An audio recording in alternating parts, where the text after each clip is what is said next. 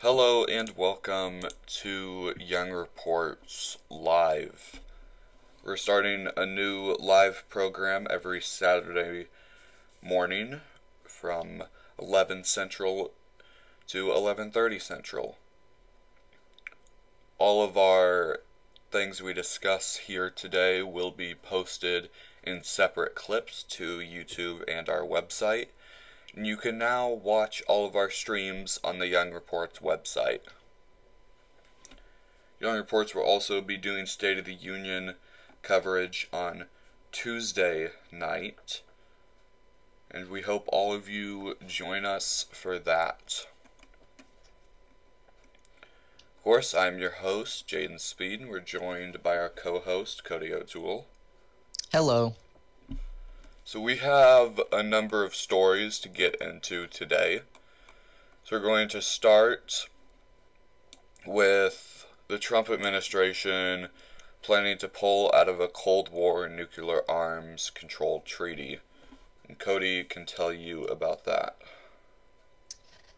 So the U.S. was pulling out of the Cold War nuclear arms treaty due to the quote unquote constant violations of Russia in that regard. The Intermediate Range Nuclear Forces, or INF, treaty has been central to limiting the kinds of nuclear weapons both countries can deploy, and without it, experts fear there will be a new nuclear arms race. Early yesterday, Trump had a press briefing outside the Oval Office saying that he fully intends to pull out of the decade-old deal. He believes that he should be able to make nukes whenever he wants. The Secretary of State also agrees with Trump's position on the matter. He plans to back the president up on it all the way. Some people see this as a new Cold War, but others see it as a chance for us to equip ourselves with state-of-the-art nuclear bombs. And update, that is the article from yesterday. There is a recent update. Today, the Russians also are stepping out, so both of them have officially stepped out of the treaty. But it is a 6-month process to step out according to the terms that they went with. Okay, so I'm a little skeptical about what might happen since we've stepped out of this treaty. This treaty did prevent the US and Russia from acquiring weapons that could be dangerous to national security in the world. So, you're more of a military informed person. What do you have to say? Well, I talked to a few people in the military, and their reasoning behind why we should do it is if we only have massive nukes that could wipe out entire states or state sizes of area, or just a really small area, it wouldn't be as good as having a nuke that could destroy half a city or something like that. And I don't agree with that. I think that we could use other kinds of missiles because then eventually someone's going to have to pay the price with the radiation and all that in the air and in the area. I don't think it's really worth it. Yeah, this treaty obviously wasn't great. This wasn't the best treaty, but I believe it was needed. And now that both the US and Russia are pulling out of this treaty, I think we're going to see another arms race as we saw during the Cold War.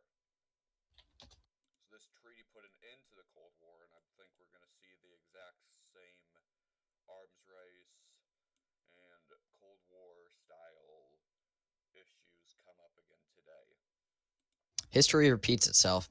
And plus, another thing with the deal is we so normally nowadays we launch our nuclear weapons from submarines or from other ships, but with this treaty allowed, it allows both of the governments to launch nuclear weapons from their grounds, so they can have nuclear facilities all over their countries that are nuclear silos that could launch them. And see, that puts the U.S. at an incredible risk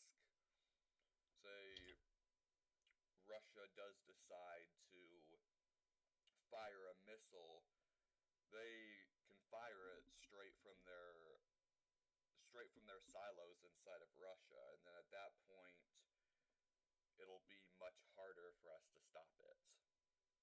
If it was We on can a submarine or a plane, as this treaty laid out, the U.S. could always shoot down that plane, destroy that submarine. But if there's surface-to-air missiles coming from silos, is the point where it's going to be a lot harder to take them down, and it's going to be a lot harder to figure out when they're being fired. we also do have multiple reconnaissance planes that are always watching for nuclear activity. But another thing is, we also have surface to air missiles that could shoot down nukes, hypothetically, but it's never been tested to work. Yeah. And plus, See, it's not as new or state of the art as these nuclear bombs would be. If Russia ever fired a nuke, there is the question, yes, we could most likely shoot it down. But as soon as a country fires a nuclear weapon, we're at the point of no return. We're at the point where we could be seeing World War III, we could be seeing the end of humanity as soon as a country fires a nuclear weapon. That's why these treaties set in place to restrict nuclear weapons are so important. But the Trump administration seems to believe that we don't need these treaties and that we should be able to have whatever weapons of mass destruction we'd like. Our nuclear arsenal hasn't really been updated since the Cold War, but some people are saying, hey, it could be a boost in our military to get brand new nukes, because then we could defend ourselves and attack people better. But still, a nuke is a nuke. It doesn't matter. Yeah, like I said, a nuke, at the point that a country fires a nuke, that's the point of no return.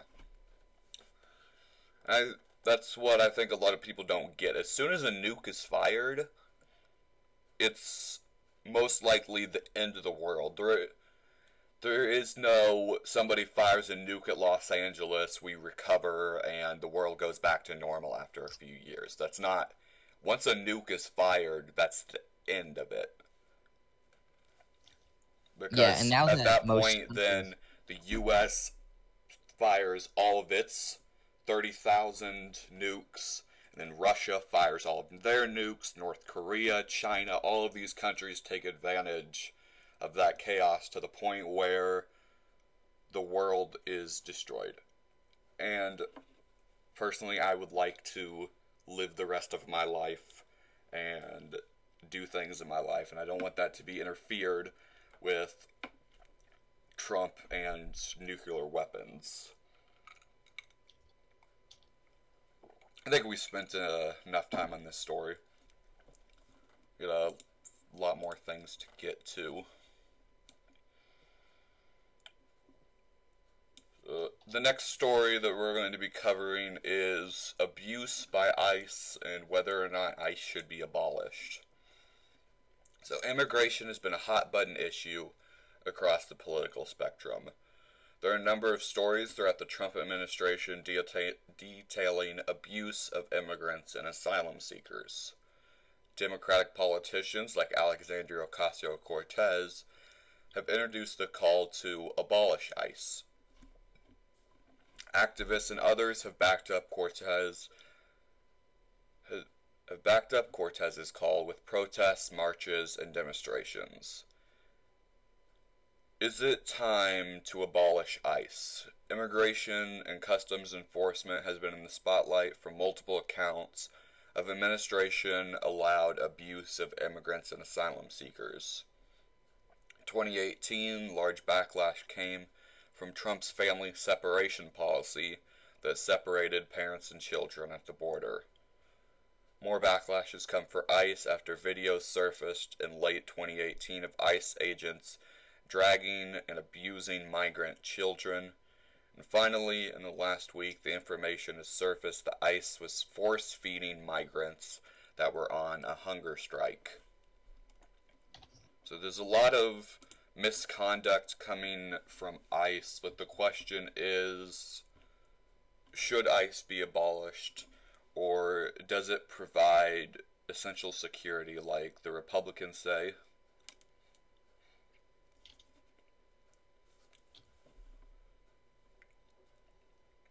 So, personally, I've been on the edge on this issue. I always think we need some sort of border protection. We need security. We need an agency to stop crime and drugs at our border.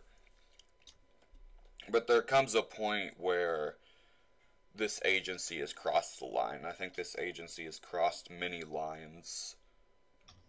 So I think at this point, I am ready to say that ICE needs to be either severely reformed or abolished and replaced with a new agency.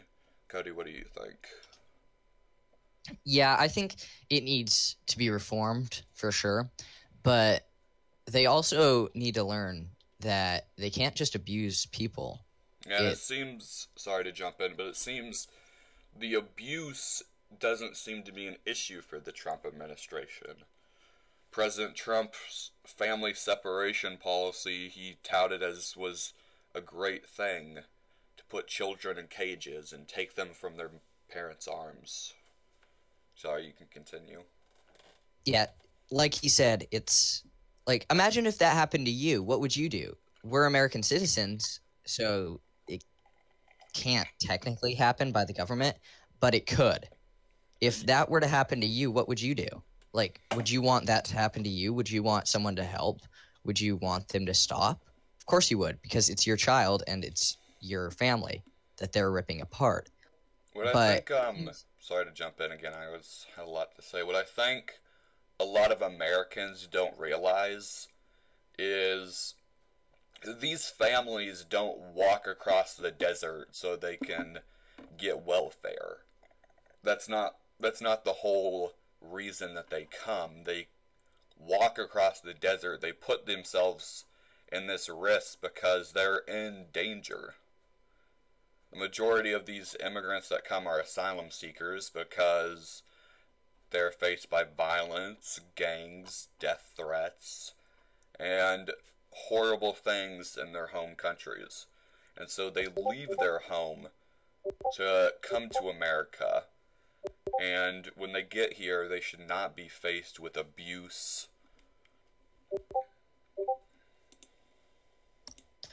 Yeah, I agree.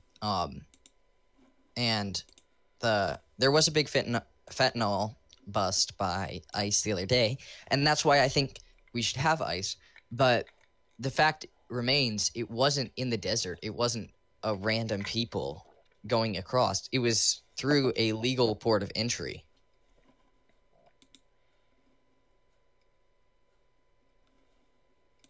Yeah.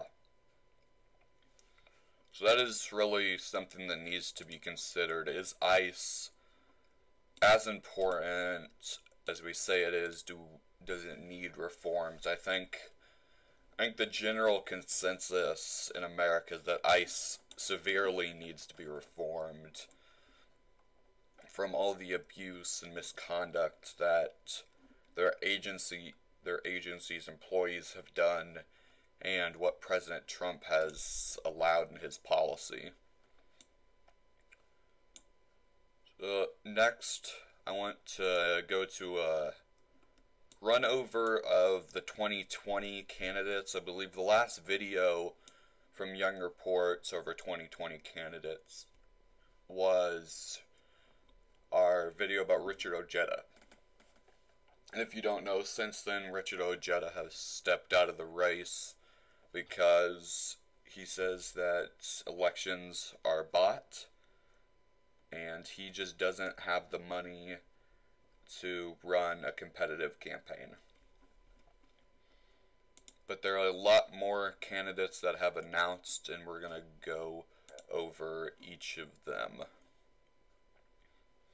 At this point in the election season, there are 9 8 or 9 Democrats that have announced they're running. Of course, Trump being the choice of the GOP for re-election. So, Julian Castro, Tulsi Gabbard, Cory Booker, Pete Buttigieg, John Delaney, Kristen Gillibrand, Kamala Harris, and Elizabeth Warren are all the Democrats that have announced they're running for president. So I think the field is going to be much more crowded. The two top candidates in all the polling, Bernie Sanders and Joe Biden, have not announced as of today. But it will be interesting to see if that changes, if both of them run or if one of them runs. So now that we're done with that 2020 look over, go to Cory Booker's announcement. He announced that he was running for president yesterday. CNN reports Senator Cory Booker, a New Jersey Democrat who rose to prominence as Newark's charismatic and ambitious mayor, announced Friday that he is running for president. Booker chose the first day of Black History Month to launch his campaign, timing that nods to Booker's own heritage and suggests he will put it at the center of his pitch to voters. The history of our nation is defined by collective action, by interwoven destinies of slaves and abolitionists, of those born here and those who chose America as home. So that is a quote from Booker. We're going to go ahead and watch his campaign launch video. We have it ready here. In America, we have a common pain, but what we're lacking is a sense of common purpose. What's up? Amen. I grew up knowing that the only way we can make change is when people come together. When I was a baby, my parents tried to move us into a neighborhood with great public schools, but realtors wouldn't sell us a home because of the color of our skin. A group of white lawyers who had watched the courage of civil rights activists were inspired to help Black families in their own community, including mine. And they changed the course of my entire life. Because in America, courage is contagious. My dad told me, boy, never forget where you came from or how many people had to sacrifice to get you where you are. So over 20 years ago, I moved into the Central Ward of Newark to fight slumlords and help families stay in their homes. I still live there today, and I'm the only senator who goes home to a low-income inner-city community, the first community that took a chance on me. We are better when we help each other. The history of our nation is defined by collective action, by interwoven destinies of slaves and abolitionists, of those born here and those who chose America as home, those who took up arms to defend our country, and those who linked arms to challenge and change it. I believe that we can build a country where no one is forgotten, no one is left behind, where parents can put food on the table, where there are good-paying jobs with good benefits in every neighborhood, where our criminal justice system keeps us safe instead of shuffling more children into cages and coffins, where we see the faces of our leaders on television and feel pride, not shame. It is not a matter of can we. It's a matter of do we have the collective will, the American will. I believe we do. Together, we will channel our common pain back into our common purpose. Together, America, we will rise. I'm Cory Booker, and I'm running for President of the United States of America.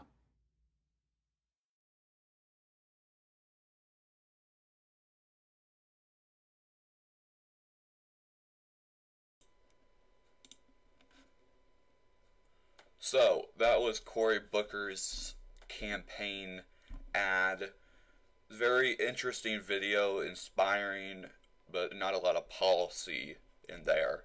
So now that we've seen Booker's campaign ad, I want to talk some context about Cory Booker, who he is, what he's done in the past. So the first thing I'd like to mention is where Cory Booker gets his funding, because I think that's important to consider at any time and when you're looking at a presidential candidate. So the majority of Cory Booker's campaign finances, 63%, come from large donors and corporations. The two biggest industries that give to Cory Booker being the oil and gas industry and pharmaceutical companies. Some would call it big pharma. So Cory Booker is, you can say he's someone that is a bot politician. But he also has some good policies. He has some good things that he has done in the past. From the stories that we've seen in the past of what he has done as a person, what he has done to help people in his community. So he mentioned in his video he helped fight crime and slumlords in Newark, where he is from. He's the only senator to live in a poor community. So I think that is a good thing to note. In terms of policy, he always has been center most of the time, but he continues to call himself a Democrat. He attacked Obama in 2012 because Obama criticized how much money Mitt Romney was getting from Big Pharma. So it's all a very interesting web. Cory Booker is a very interesting character. So I want to open this up to see if Cody has anything to mention about Cory Booker. I do like that he's a more independent person on most issues, but like you said, I think that money should be out of politics because it's just a way for companies to have their own votes. If that was the way that the government was supposed to be, I think that companies should have their own senators to vote instead of just buying out senators. Yeah. That's an interesting idea. I don't know about that. I will say a lot of the candidates have taken a pledge not to take corporate PAC money. I think Cory Booker, President Trump, and maybe a few others are the exception to that rule. I know Elizabeth Warren, Tulsi Gabbard, Kamala Harris, Julian Castro, and a few others have taken the pledge not to take corporate money or PAC money during their campaign. And we'll have to see if they hold on to that. I want to encourage all of our listeners to go to opensecrets.org. You can look at the campaign finances of not only presidential candidates and national politicians, but even your local politicians, your state senators. See where they get their funding. With that, we'll move on to our next story, which has to do with 2020 candidate Elizabeth Warren. We are full of 2020 information today.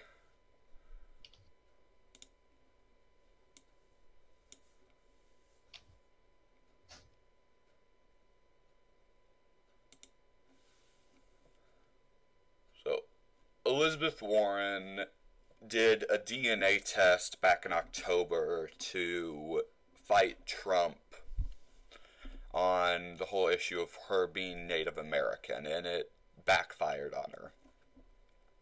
So I'll go into the details provided by the New York Times. Senator Elizabeth Warren has tried to put a nagging controversy behind her by apologizing privately to a leader of the Cherokee Nation for her decision.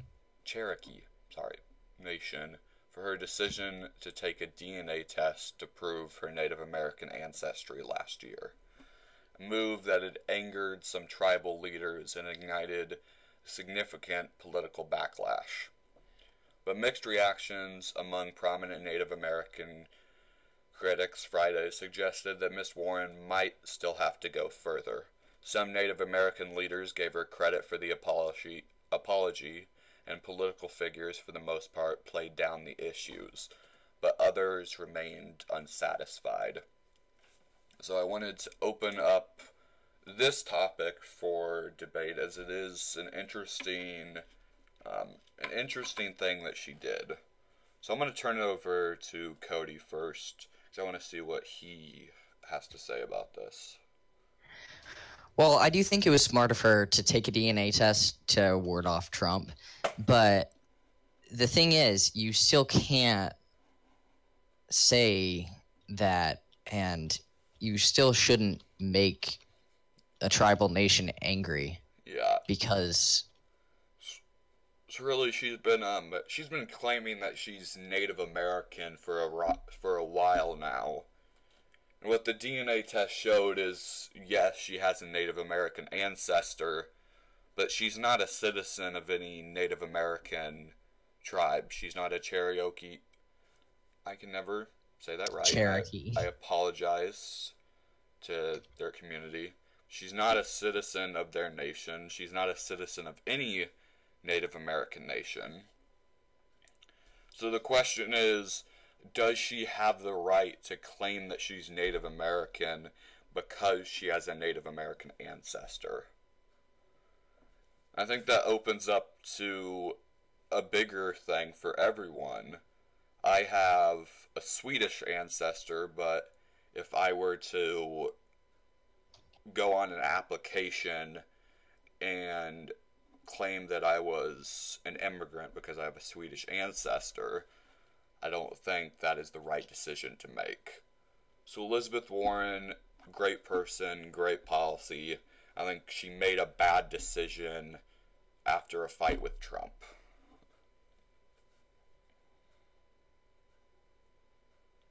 So if Cody has anything else to say on that issue, we'll move on to our last story.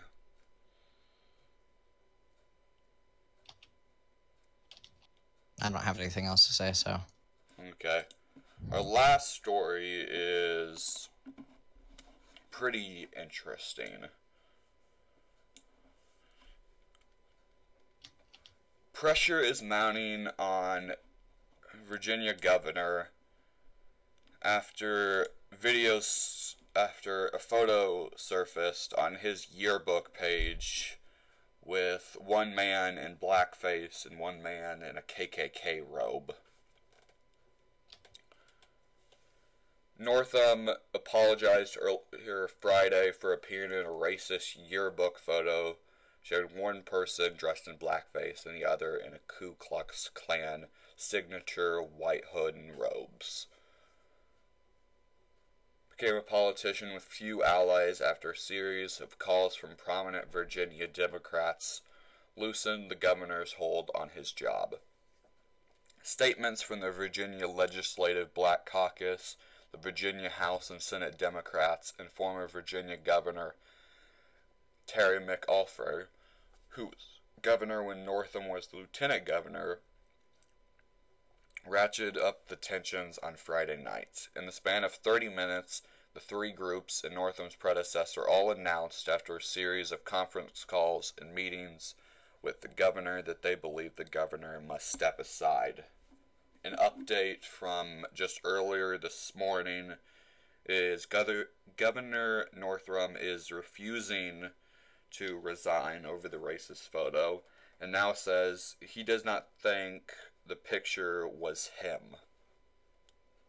So he's trying to argue that the school made a mistake and that this photo wasn't him anyway.